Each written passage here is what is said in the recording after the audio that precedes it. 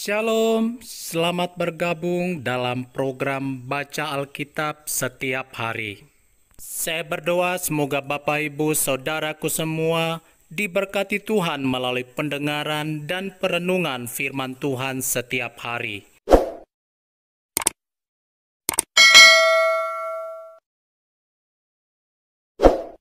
Dua Tawarikh pasal 20. Kemenangan atas Moab dan Amon. Akhir pemerintahan Yosafat.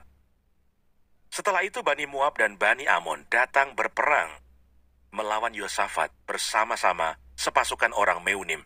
Datanglah orang memberitahukan Yosafat, suatu laskar yang besar datang dari seberang Laut Asin, dari Edom, menyerang tuanku.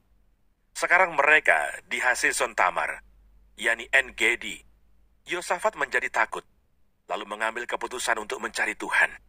Ia menyerukan kepada seluruh Yehuda supaya berpuasa. Dan Yehuda berkumpul untuk meminta pertolongan daripada Tuhan. Mereka datang dari semua kota di Yehuda untuk mencari Tuhan. Lalu Yosafat berdiri di tengah-tengah jemaah Yehuda dan Yerusalem di rumah Tuhan, di muka pelataran yang baru dan berkata, "Ya Tuhan Allah nenek moyang kami, bukankah Engkau Allah di dalam surga? Bukankah Engkau memerintah atas segenap kerajaan bangsa? Kuasa dan keperkasaan ada di dalam tangan-Mu, sehingga tidak ada orang yang dapat bertahan melawan Engkau. Bukankah Engkau Allah kami yang menghalau penduduk tanah ini dari depan umat-Mu Israel dan memberikannya kepada keturunan Abraham sahabat-Mu itu untuk selama-lamanya? Lalu mereka mendiami tanah itu dan mendirikan bagi-Mu tempat kudus untuk nama-Mu. Kata mereka, bila sesuatu malapetaka menimpa kami, yakni pedang, penghukuman, penyakit sampar atau kelaparan, kami akan berdiri di muka rumah ini, di hadapan-Mu, karena nama-Mu tinggal di dalam rumah ini. Dan kami akan berseru kepadamu di dalam kesesakan kami, sampai Engkau mendengar dan menyelamatkan kami. Sekarang lihatlah Bani Amon dan Moab, dan orang-orang dari pegunungan Seir ini. Ketika orang Israel datang dari tanah Mesir, Engkau melarang mereka memasuki negerinya. Oleh sebab itu mereka menjauhinya dan tidak memusnahkannya. Lihatlah, sebagai pembalasan mereka datang mengusir kami dari tanah milik yang telah Engkau wariskan kepada kami. Ya Allah kami, tidakkah Engkau akan menghukum mereka, karena kami tidak mempunyai kekuatan untuk menghadapi laskar yang besar ini yang datang menyerang kami. Kami tidak tahu apa yang harus kami lakukan, tetapi mata kami tertuju kepadamu." Sementara itu seluruh Yehuda berdiri di hadapan Tuhan, juga segenap keluarga mereka dengan istri dan anak-anak mereka. Lalu Yahasiel bin Zakaria bin Benaya bin Matanya, seorang Lewi dari Bani Asaf, dihinggapi roh Tuhan di tengah-tengah jemaah dan berseru, "Camkanlah, hai seluruh Yehuda dan penduduk Yerusalem, dan tuanku Raja Yosafat. Beginilah firman Tuhan kepadamu. Janganlah kamu takut dan terkejut karena laskar yang besar ini, sebab bukan kamu yang akan berperang, melainkan Allah. Besok haruslah kamu turun menyerang mereka. Mereka akan mendaki pendakian Sis, dan kamu akan mendapati mereka di ujung lembah, di muka padang gurun Yeruel. Dalam peperangan ini, tidak usah kamu bertempur. Hai Yehuda dan Yerusalem, tinggallah berdiri di tempatmu, dan lihatlah bagaimana Tuhan memberikan kemenangan kepadamu. Janganlah kamu takut dan terkejut. Majulah besok menghadapi mereka. Tuhan akan menyertai kamu." Lalu berlututlah Yosafat dengan mukanya ke tanah. Seluruh Yehuda dan penduduk Yerusalem pun sujud di hadapan Tuhan dan menyembah kepadanya.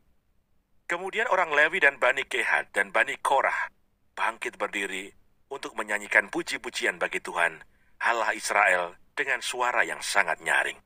Keesokan harinya, pagi-pagi mereka maju menuju padang gurun Tekoa. Ketika mereka hendak berangkat, berdirilah Yosafat dan berkata, "Dengar hai Yehuda dan penduduk Yerusalem, percayalah kepada Tuhan Allahmu, dan kamu akan tetap teguh. Percayalah kepada nabi-nabinya, dan kamu akan berhasil." Setelah ia berunding dengan rakyat, ia mengangkat orang-orang yang akan menyanyi nyanyian untuk Tuhan dan memuji Tuhan dalam pakaian kudus yang semarak. Pada waktu mereka keluar di muka orang-orang bersenjata sambil berkata, "Nyanyikanlah nyanyian syukur bagi Tuhan, bahwasanya untuk selama-lamanya kasih setianya. Ketika mereka mulai bersorak-sorai dan menyanyikan nyanyian pujian, dibuat Tuhanlah penghadangan terhadap Bani Amon dan Moab dan orang-orang dari pegunungan Seir yang hendak menyerang Yehuda, sehingga mereka terpukul kalah. Lalu Bani Amon dan Moab berdiri menentang penduduk pegunungan Seir, hendak menumpas dan memunahkan mereka. Segera sesudah mereka membinasakan penduduk Seir, mereka saling bunuh-membunuh. Ketika orang Yehuda tiba di tempat peninjauan di padang gurun, mereka menengok ke tempat laskar itu. Tampaklah semua telah menjadi bangkai, berhantaran di tanah. Tidak ada yang terluput. Lalu Yosafat dan orang-orangnya turun untuk menjarah barang-barang mereka. Mereka menemukan banyak ternak, harta milik, pakaian, dan barang-barang berharga. Yang mereka rampas itu lebih banyak daripada yang dapat dibawa. 3 hari lamanya mereka menjarah barang-barang itu, karena begitu banyaknya. Pada hari keempat mereka berkumpul di lembah pujian. Di sanalah mereka memuji Tuhan, dan itulah sebabnya orang menamakan tempat itu lembah pujian hingga sekarang. Lalu pulanglah sekalian orang Yehuda dan Yerusalem dengan Yosafat di depan. Mereka kembali ke Yerusalem dengan sukacita, karena Tuhan telah membuat mereka bersukacita karena kekalahan musuh mereka. Mereka masuk ke Yerusalem dengan gambus dan kecapi dan nafiri, lalu menuju rumah Tuhan. Ketakutan yang dari Allah menghinggapi semua kerajaan negeri-negeri lain. Ketika mereka mendengar bahwa Tuhan yang berperang melawan musuh-musuh Israel. Dan kerajaan Yosafat amanlah, karena Allahnya mengaruniakan keamanan kepadanya di segala penjuru. Yosafat memerintah atas Yehuda. Ia berumur 35 tahun pada waktu ia menjadi raja, dan 25 tahun lamanya ia memerintah di Yerusalem. Nama ibunya ialah Azubah, anak Silhi. Ia hidup mengikuti jejak Asa ayahnya. Ia tidak menyimpang daripadanya, dan melakukan apa yang benar di mata Tuhan. Hanya bukit-bukit pengorbanan tidak dijauhkan. Bangsa itu belum mengarahkan hatinya kepada Allah nenek moyang mereka. Selebihnya, dari riwayat Yosafat, dari awal sampai akhir, sesungguhnya semuanya itu tertulis di dalam riwayat Yehu bin Hanani yang tercantum di dalam kitab Raja-Raja Israel. Kemudian Yosafat Raja Yehuda bersekutu dengan Ahasia Raja Israel yang fasik perbuatannya. Ia bersekutu dengan Ahasia untuk membuat kapal-kapal yang dapat berlayar ke Tarsis.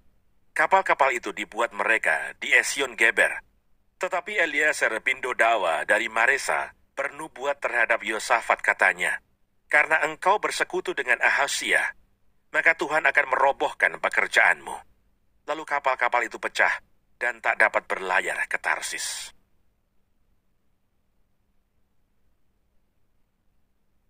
Dua Tawarikh pasal 21.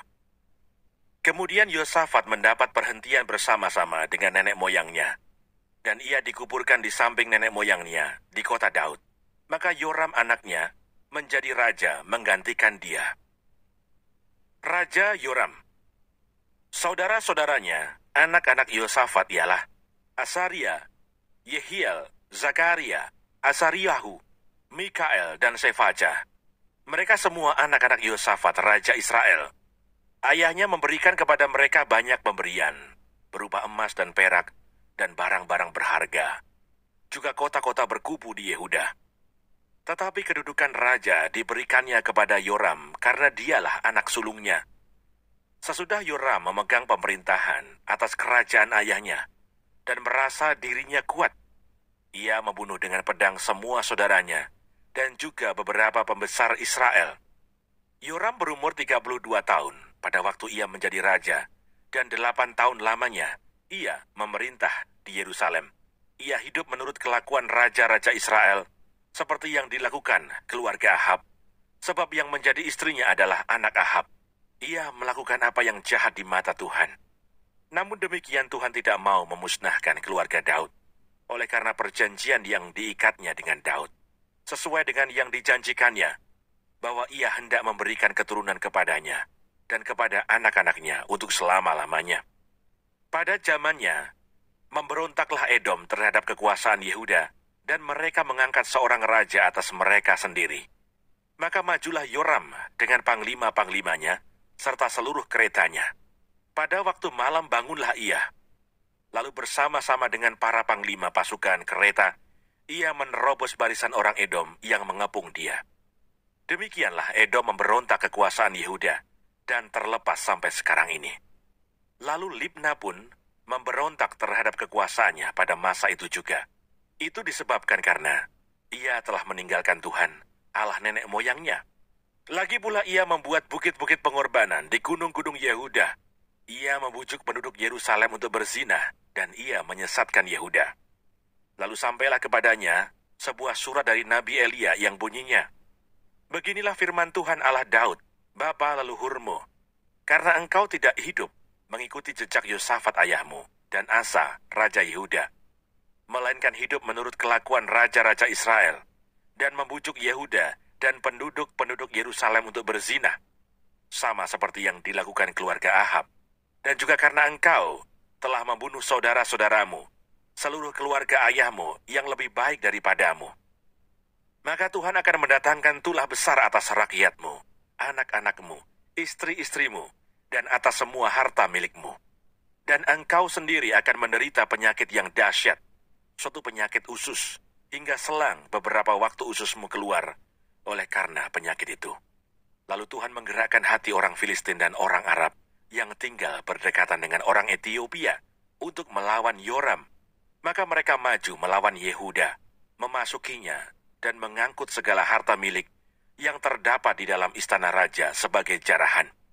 Juga anak-anak dan istri-istrinya, sehingga tidak ada seorang anak yang tinggal padanya, kecuali Yoahas, anaknya yang bungsu. Sesudah semuanya ini Tuhan menulahinya dengan penyakit usus yang tidak dapat sembuh. Beberapa waktu berselang, kira-kira sesudah lewat 2 tahun, keluarlah ususnya karena penyakitnya itu. Lalu ia mati dengan penderitaan yang hebat. Rakyatnya tidak menyalakan api baginya, seperti yang diperbuat mereka bagi nenek moyangnya. Ia berumur 32 tahun pada waktu ia menjadi raja, dan 8 tahun lamanya ia memerintah di Yerusalem. Ia meninggal dengan tidak dicintai orang. Ia dikuburkan di kota Daud, tetapi tidak dalam pekuburan raja-raja. 2 Tawarikh pasal 22. Raja Ahasya.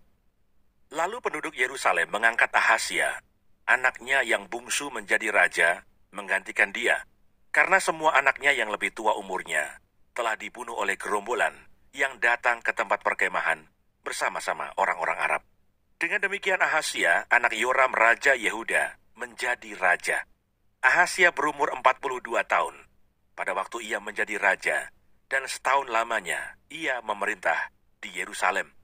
Nama ibunya ialah Ataliah, cucu Omri. Ia pun hidup menurut kelakuan keluarga Ahab, karena ibunya menasihatinya untuk melakukan yang jahat. Ia melakukan apa yang jahat di mata Tuhan, sama seperti keluarga Ahab. Sebab sesudah ayahnya mati, mereka menjadi penasehat-penasehatnya yang mencelakakannya.